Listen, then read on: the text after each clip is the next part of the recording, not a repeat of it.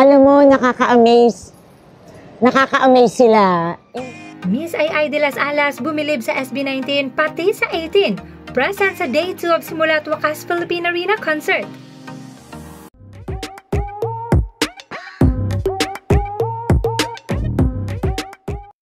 Who would have thought na manunood pala si Miss Ai de las Alas sa SB19 concert? And what more, marami itong realization sa lima pati sa mga fans na kinabiliban nito. Eto na nga, for the 100th time, eto na nga. Nanood nga kami dito sa Philippine Arena. Simula sa wakas. Sa wakas. Alam mo, nakaka-amaze. Nakaka-amaze sila. Hindi sa dami na, bukod sa madami silang fans.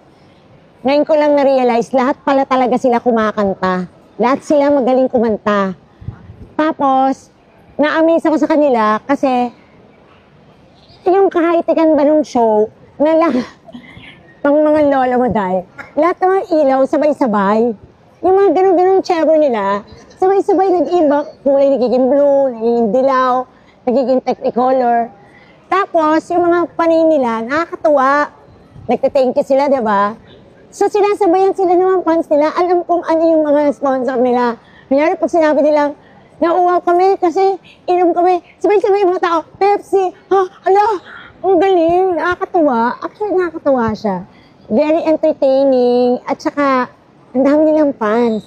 And nakakatuwa kasi, parang sa K-pop lang natin ito napapanood, diba? Pero, very proud ako kasi, Pinoy pop to eh. Parang, hello, Pinoy pop to. Akita mo yung Philippine Arena kung gaano kapuno for the second time, for the second day. So, congratulations, SB. I'm so proud of you na nagawa niyo to sa karir ninyo, and it's a big blessing from the Lord na meron kayong ganitong kasikatan, meron kayong ganyang boses, marami kayong fans, and congratulations sa inyo. And nagbihis pa ako talaga ng Hello Kitty.